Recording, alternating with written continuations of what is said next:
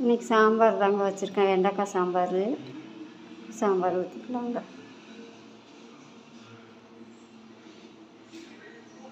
அடுத்து பாருங்கள், உருளைக்கிழங்கு தான் வறுத்து வச்சுருக்கேன். உருளைக்கிழங்கு வச்சுக்கிறேன்.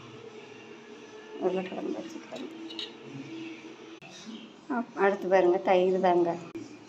இன்றைக்கி மதியம் லன்ச்சு அவ்வளோதாங்க. சுட சுட சாதம், வெண்டைக்காய் சாம்பார், உருளைக்கிழங்கு வறுவல், தயிருங்க. அவ்வளோதான் இன்றைக்கி மதியம் லன்ச்சு.